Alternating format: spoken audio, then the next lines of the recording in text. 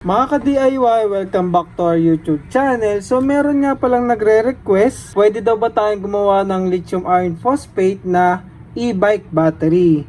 So nabanggit ko nga, meron akong e-bike. Yung e-bike na yan ay 800 watts, yung kanyang motor, at ang kanyang battery ay 60 volts.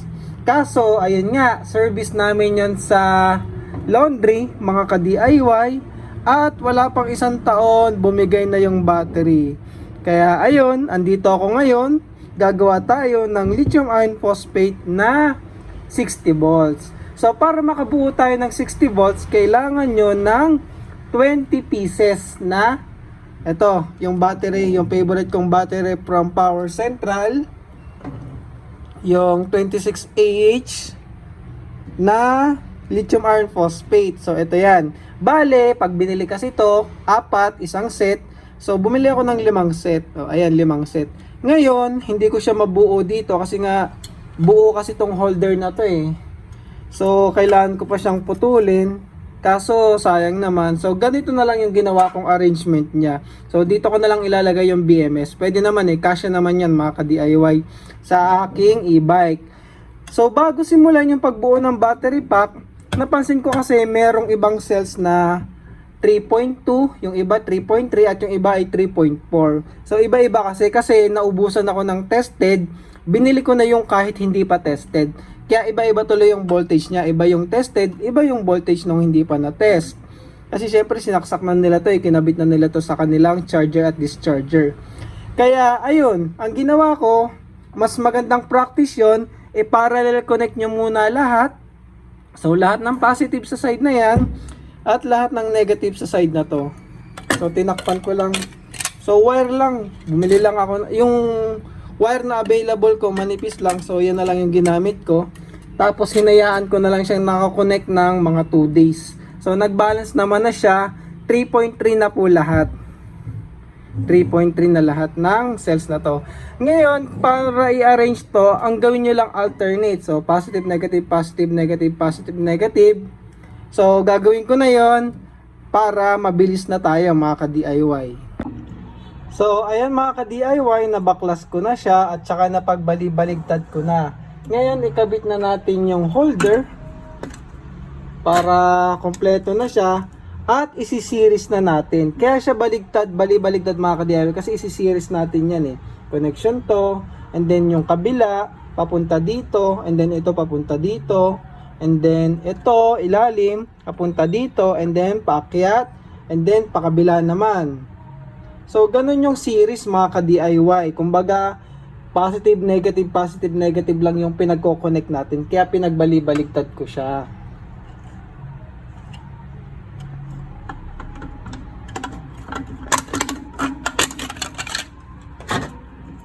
So, ilagay natin yung holder. So, pag nalagay na natin yung holder, okay na yan. Buo na yan mga ka-DIY. Iko-connect na natin siya in series gamit nga ang mga bus bar na to. So, isi-series natin yan kabilaan. Dito sa part na to, mag-iingat kayo ha kasi habang sinisiris niya, tumataas na yung voltahe niyan. So, baka mamaya ma-short nyo. So, mag-iingat po tayo mga ka-DIY. So, pag ganun yung aking series. Yan, ganun. Yan naman ay depende nga kung gaano karami yung bubuin. So sa akin, ito yung parang pinaka easiest way. Ayan, series na yan. So may mga nuts yan at saka washer. So ikakabit lang natin yan. Yung negative pwede nyo nang higpitan, pero yung kahit mamaya na lang mga ka-DIY kasi ikakabit pa natin yung BMS. Kaya kahit hand tight lang muna para lang hindi malaglag.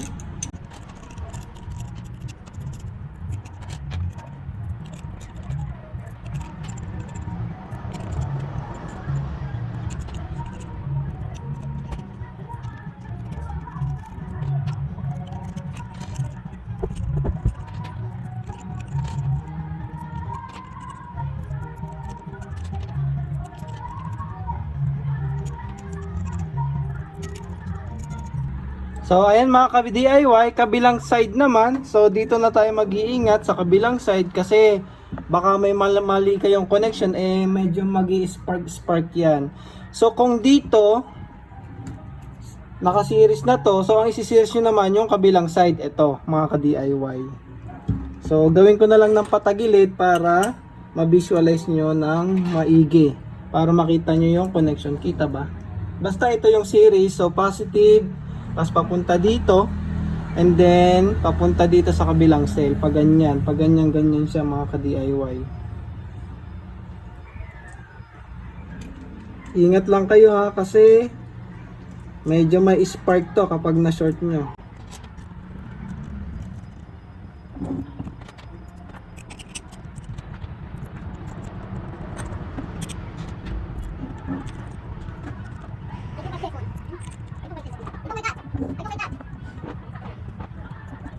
So ito naman mga ka-DIY, kasi ito yung magka-series sa kabilang side.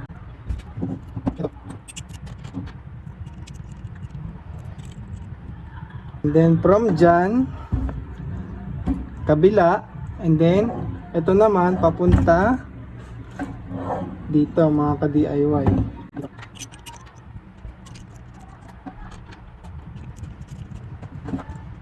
Meron pala akong hindi nalagyan dito sa kabila.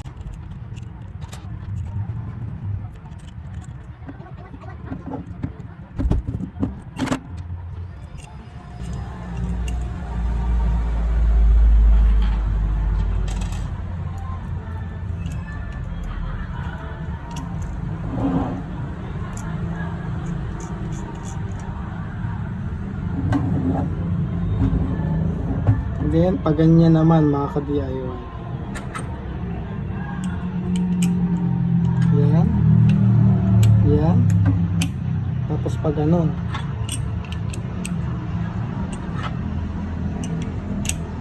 Ayan. Wala namang spark na nangyari. So, safe na yan. Yan na yung pinaka-critical part. Kasi pag ito nadikit mo doon, or yun, nadikit mo doon, spark yan mga ka-DIY, magugulat ka. Huwag na natin subukan. Kasi medyo mataas kasi yung may charge kasi itong mga cells na to eh. Ngayon, buo na yung battery pack mga ka-DIY. Ikabit naman natin yung ating gagamitin na BMS. Ito nga pala ay Dali 20S 60 volt BMS. Yung 60 volt times yung 40 amps natin, so kayang-kaya naman to yung 800 watts na motor ng aking e-bike. Para ikabit, ito yung kanyang balance lead. So nahati lang to sa dalawa kasi masyadong mahaba, pero ganyan yan.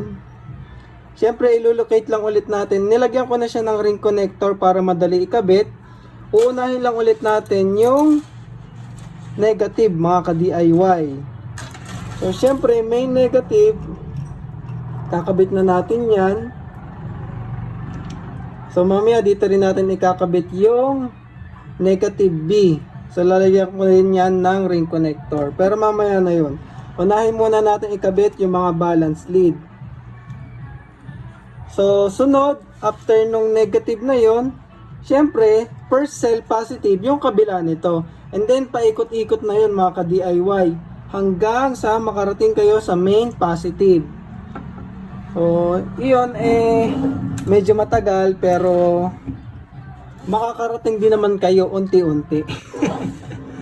So, itayo nyo na lang o pwesto nyo na lang yung cell para maikabit nyo to. So, negative, main negative, first cell positive, itong kabila.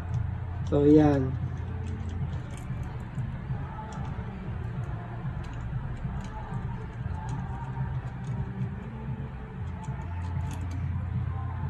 So, mamaya hihigpitan ko na yan.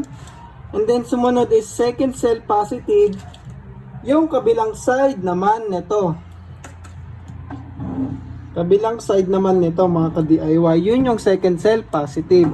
Which is, ito mga ka-DIY. So, ingatan nyo ha. Baka kasi magkabaligtad kayo ng mga wire. Mahirap. Baka magkaroon tayo ng problema. So, ayun o. Second cell positive. Pangatlong wire siya. Pangalawa mula sa block. So dito yan. And then yun, alternate na yan mga ka-DIY. Medyo matagal kasi 20S eh. So tsatsagain nyo na lang. Huwag lang kayo maiinip. Huwag nyo lang mamadaliin. Tapos kabila naman nito mga ka-DIY.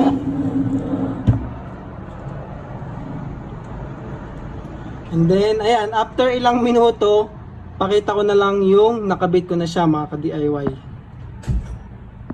So, ayan mga ka-DIY, sa tulong ng masking tape at saka cable tie, na-organize na natin yung ating wire para lang syempre malinis. At saka hinigpitan ko na rin yung ating mga tornilyo dyan. So, ayan na yung ating BMS. Naka-wire management na yan mga ka-DIY para lang hindi kalat-kalat.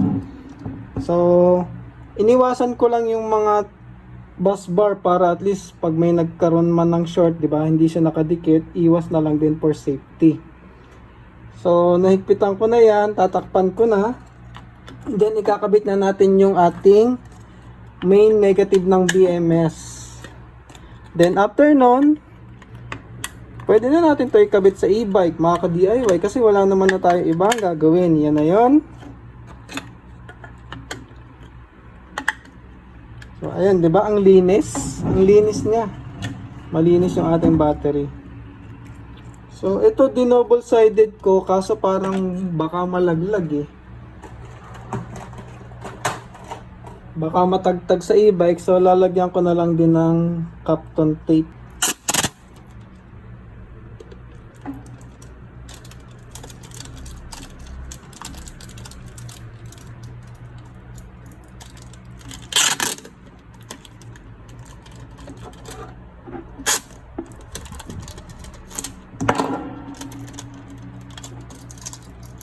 So, para hindi lang din siya malaglag mga ka-DIY.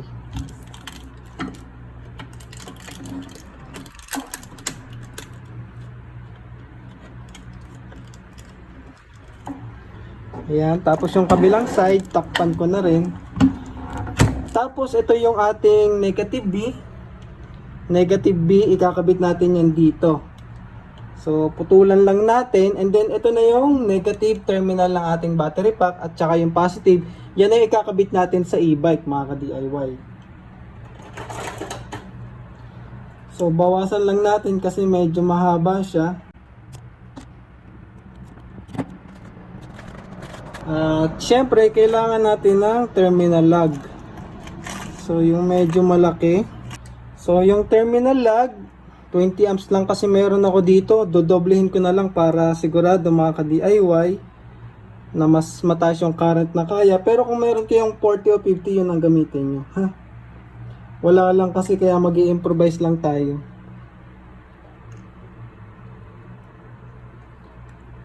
Tapos ito dapat hinangin nyo kasi para maganda yung connection.